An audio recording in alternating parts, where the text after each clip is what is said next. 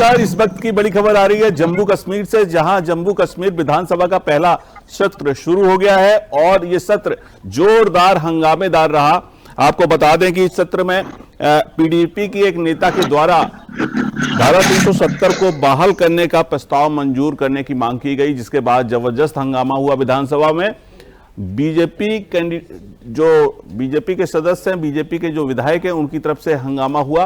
PDP ने धारा 370 की वापसी के प्रस्ताव की मंजूरी के लिए मांग की थी, जिसके बाद विधानसभा में जमकर हंगामा हुआ।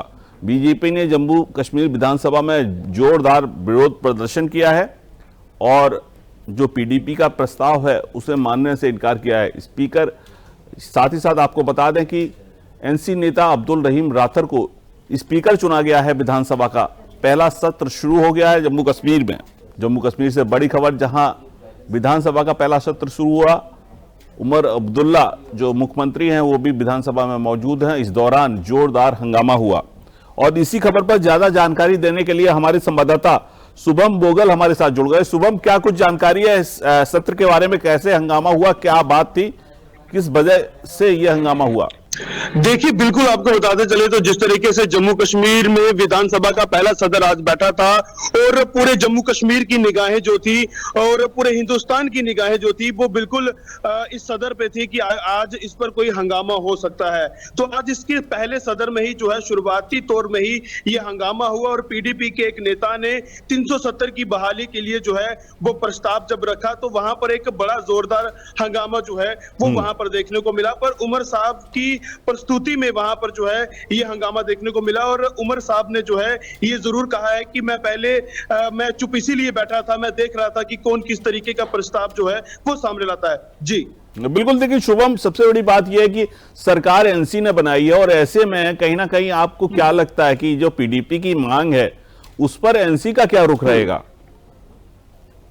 देखिए, बिल्कुल आपको बताते चले तो जब यहाँ पर नेशनल कॉन्फ्रेंस ने अपना मैनिफेस्टो को जब पब्लिक डोमेन में लाया था तो उसमें साफ तौर पे था कि 370 को लेकर नेशनल कॉन्फ्रेंस जो है वो बात रखेगी। तो उसी के बाद पीडीपी के एक विधायक ने भी वहां पर इस आवाज को जो है वो उठाई है। पर फिलहाल देखना होगा क्योंकि जो नेशनल कॉन्फ्रेंस का मैनिफेस्टो था उसमें तो ये साफ तौर पर था कि 370 और 35A को फिर से जम्मू कश्मीर में बहाल किया जाएगा। तो फिलहाल जो है वो उमर साहब वहां पर जो है वो प्रस्तुत वहां पर थे और उसके बाद क्या कुछ वहां पर हंगामा हुआ ये आप तो तस्वीरों में भी जो है वो आप देख पा रहे हैं और हमारे दर्शक भी देख पा रहे हैं। जी सर। बिल्कुल शुभम, लेकिन सबसे बड़ी बात है कि जिस तरह से सरकार बनाई है बिना किसी गठबंधन के, उन्होंने सरकार बना ली, एक अपनी सरकार बना ली, तो ऐसे में अपने कैबिनेट के फैसले ले सकते हैं, सरकार अपनी फैसले ले सकते हैं। तो 370 धारा के बारे में क्या कुछ भविष्य आपको नजर आता है जम्मू कश्मीर में? देखिए, बिल्कुल जिस तरीके से आपने बिल्कुल सही कहा कि नेशनल कॉन्फ्रेंस ने अपनी अकेली सरकार जो है वो यहाँ बनाई है और पूरा हक है उन्हें अपने फैसले लेने का। पर जिस तरीके से अपने ऑपोजिशन में जो कुछ नेताओं की लिस्ट जिस तरीके से भाजपा ने कल जारी की थी कि जो ऑपोजिशन लीडर जो है वो वहां पर भारतीय जनता पार्टी के पहुंचे हैं। पर फिलहाल जो है ये बड़ा ही इस बार जो है वो दिलचस्प रह रहा है कि क्योंकि जिस तरीके से मैंने पहले भी बताया कि पूरे हिंदुस्तान की निगाहें हैं और शायद कुछ लोगों की ये भी कहना कि क्या ये सरकार क्या ज्यादा वक्त जो है वो निकाल पाएगी या फिर नहीं, क्योंकि 2014 में जिस तरीके से भाजपा और पीडीपी का गठबंधन हुआ था तो ये सरकार ज्यादा वक्त तक नहीं चल पाई थी। पर नेशनल कॉन्फ्रेंस ने अपनी सरकार खुद बनाई है तो फिलहाल तो ये होगा कि ये पूरी सरकार जो है वो अपना वक्त जरूर निकालेगी। जी लेकिन शुभम, एक बात देखने वाली ये होगी कि केंद्र की अगर सरकार की बात करें तो बीजेपी की सरकार है, जम्मू कश्मीर में एनसी की सरकार है। केंद्र का भी दबाव होता है कहीं ना कहीं प्रदेश की सरकारों पर थोड़ा बहुत, लेकिन क्या आपको लगता है आसान होगा? अगर एनसी की हम बात करें, एनसी के लिए आसान होगा 370 की बहाली की बात करना? देखिए, ये बड़ा ही डिफिकल्ट होगा, एक बड़ा ही प्रश्न चिन्ह होगा जो है वो नेशनल कॉन्फ्रेंस सरकार के लिए, क्योंकि सेंटर सरकार जिस तरीके से जब यहाँ पर 2014 में चुनाव हुए थे विधानसभा के और 10 सालों के बाद अब चुनाव हुए हैं, तो कहीं ना कहीं उमर साहब ने पहले भी जिस तरीके से अपने मैनिफेस्टो में था कि 370 और 35A की बहाली करेंगे और मुझे लग रहा है कि जिस तरीके से लोगों के बीच बातें आ रही हैं और सोशल मीडिया पे ट्रेंड्स चल रहे हैं और ऐसा लग रहा है कि बड़ा ही डिफिकल्ट होगा नेशनल कॉन्फ्रेंस की सरकार के लिए यहाँ पर 370 और 35A की बहाली के लिए, क्योंकि जिस तरीके से सुप्रीम कोर्ट ने यहाँ पर 370 और 35A को तोड़ा था, और उसी के बीच जो है अब उमर साहब के मैनिफेस्टो में भी था कि जल्द यहाँ पर 370 और 35A को बहाल किया जाएगा, पर फिलहाल जो है ये बड़ा ही डिफिकल्ट जो है वो देखने को मिलेगा। जी शुभम, भाजपा का क्या रुख है? भाजपा के जो कार्यकर्ता प्रदर्शन कर रहे हैं उनका क्या कुछ कहना है? देखिए, कार्यकर्ता जो हैं भारतीय जनता पार्टी के, उनका तो साफ तौर पर पहले दिन से ही यही कहना था जब यहाँ पे विधानसभा के चुनाव हुए थे कि नेशनल कॉन्फ्रेंस का जो मैनिफेस्टो है वो लोगों के हित का नहीं है।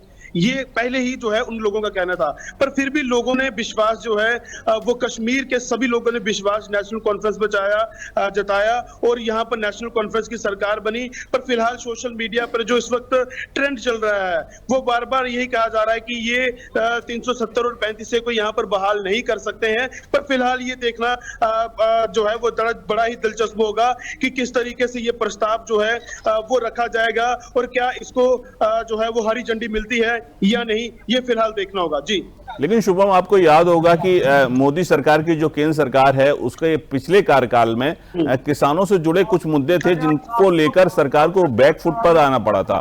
तो कहीं ना कहीं आपको नहीं लगता है कि जम्मू कश्मीर में अगर सरकार ने अपने मैनिफेस्टो में जरूर एनसी ने अपने इस मुद्दे को रखा है, लेकिन कहीं ना कहीं सरकार के लिए इतना आसान नहीं होगा 370 को बहाल कर पाना? बिल्कुल बोरा ही डिफिकल्ट हो। तभी मैं यही कह रहा था कि लोगों की निगाहें हैं, बार बार ये कहा जा रहा था, जिस तरीके से नेशनल कॉन्फ्रेंस के एक विधायक ने कुछ समय पहले ही ये क्लियर कह दिया था कि हम लोग जो है पहली सदर में ही जो है वो 370 और 35A का जो बहाली के लिए जो है वो प्रस्ताव रखेंगे, और अब उस प्रस्ताव को हरी झंडी मिलेगी या नहीं ये फिलहाल बात की बात होगी। पर जिस तरीके से आज पहले सदर में ही एक हंगामा हो गया और पीडीपी के एक नेता ने साफ तौर पर कहा कि आप 370 और 35A की जब बात हुई तो वहां पर एक जमकर हंगामा हुआ। जी चलिए, और एनसी के जो नेता अब्दुल रहीम राथर हैं उनको स्पीकर चुना गया है विधानसभा में। जी बिल्कुल, जिस तरीके से उन्हें स्पीकर वहां पर चुना गया है और ऐसा लगता है कि किस तरीके की आवाज वो वहां पर रख पाएंगे, और जिस तरीके से पहले ही उन्होंने कहा था कि हम लोग कोशिश करेंगे कि पहली सदर में ही 370 और 35A का प्रस्ताव जो है वो रखा जाएगा। जी लेकिन मुझे लगता है कि सारी पार्टियों का सहयोग के बिना ये संभव नहीं हो पाएगा शुभम, क्योंकि पार्टियों का सहयोग भी चाहिए। पीडीपी तो भले ही कर रही है, लेकिन भारतीय जनता पार्टी का विरोध भी कहीं ना कहीं हावी रहेगा एनसी के ऊपर।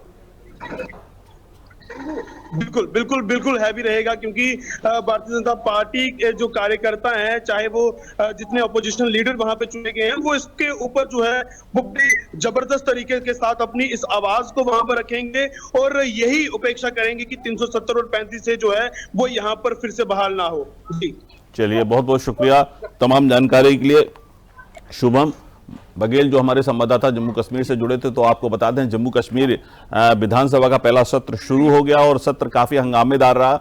हंगामे की वजह पीडीपी के एक विधायक के द्वारा 370 धारा को बहाल करने की मांग के प्रस्ताव को मंजूर करने को लेकर थी, जिसका विरोध भारतीय जनता पार्टी ने किया। और लगातार भारतीय जनता पार्टी के जो विधायक हैं, जो वहां पर सदस्य विधानसभा के, वो लगातार विरोध कर रहे हैं। और फिलहाल इस बड़ी खबर में इतना ही। आप बने रहिए हमारे साथ। नमस्कार।